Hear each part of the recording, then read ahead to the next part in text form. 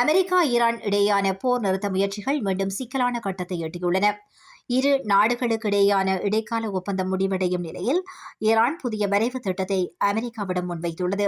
இந்த முன்மொழிவில் 3 முக்கிய கட்டங்கள் இடம்பெற்றுள்ளதாக தகவல்கள் தெரிவிக்கின்றன.